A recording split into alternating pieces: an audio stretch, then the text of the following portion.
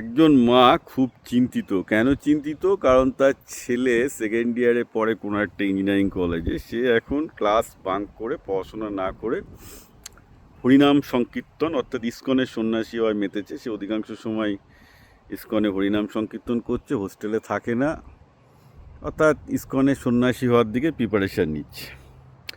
আমি বলবো যে আপনার ছেলের সাথে দুটো ব্যাপারে ডিসকাস করুন। এক হচ্ছে যে সে যদি সন্ন্যাসী হতে চায় হোক, কিন্তু সে পড়াশোনাটা শেষ করে উচ্চশিক্ষিত হয়ে পিএইচডি করে তবে সন্ন্যাসী হোক। দেখুন, আমি এইসব সন্ন্যাসীদের সাথে বহুদিন কাটিয়েছি, অনেক সন্ন্যাসীকে চিনি।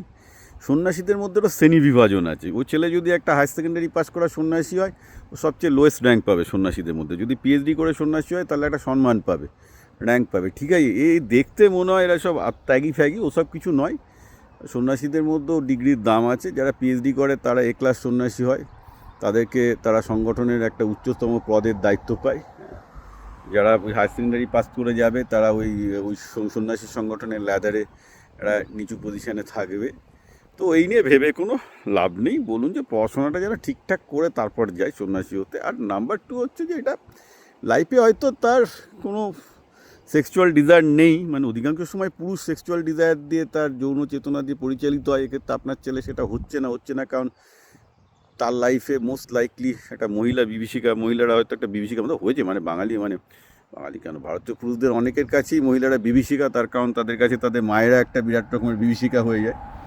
Nobody has a very good experience with the women. আমি যখন অনেক বাঙালি ছেলেদের সাথে কথা বলি, typically they have a very bitter experience with women. সেটা একটা কারণ, যেখানে নর্মালি একটা ছেলের they are supposed to be excited by women's sexuality, it become opposite, they become threatened by the women, because ওটা একটা অধিকাংশই আর কি তাদের কাছে তাদের মা একটা মূর্তিমান বিভীষিকার মতো হয়ে যায়। তো আমি জানি না আপনি আপনার ছেলের সাথে সেরকম মূর্তিমান বিভীষিকা কিনা, যার জন্যে he is so repel by the idea of sexuality.